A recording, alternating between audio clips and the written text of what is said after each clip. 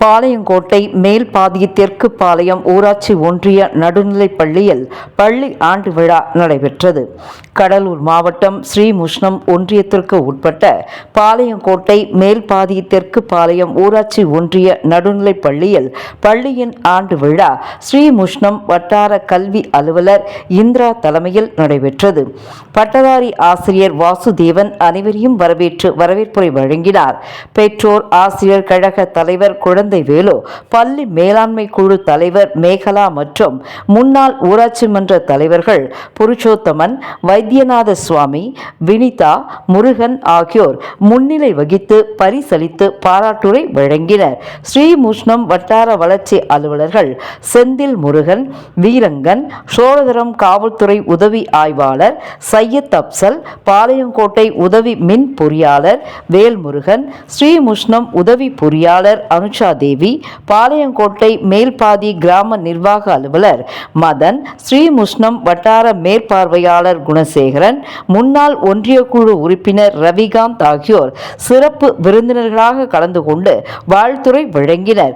பள்ளியின் தலைமை ஆசிரியர் பொறுப்பு மலைமாறன் அவர்கள் ஆண்டறிக்கை வாசித்தார். அதனைத் தொடர்ந்து கலை நிகழ்ச்சிகள் வாசுதேவன் பட்டதாரி ஆசிரியர் தொகுத்தளிக்க இருபால் ஆசிரியர் பெருமக்கள் Paul Xavier, Karpagam, Julie Clara, Veerabhadran, Peter Anandraj, Anbukani Vanitha, Anbarasi, Vijayalakshmi, Ramesh, Selvakumari, Priyadharshini ஆகியோர் நிகழ்ச்சிகளை ஒருங்கிணைத்து பரிசளித்தனர். மேலும் ஆண்டு விழாவில் மாணவ மாணவிகள் நடனம், பரதநாட்டியம், திருக்குறள், ஆங்கில பேச்சு, நாட்டுப்புற பாடல் என நிகழ்ச்சிகள் செய்து அசத்தினர்.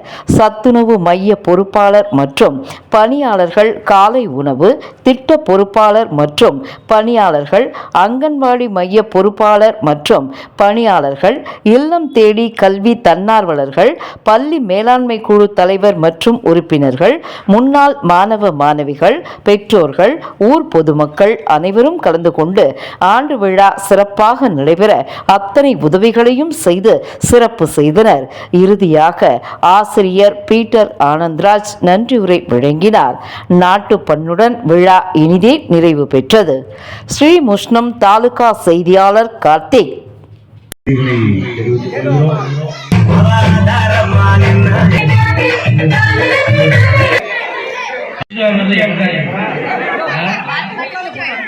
இந்த இடம் 3ஆம் இடம்.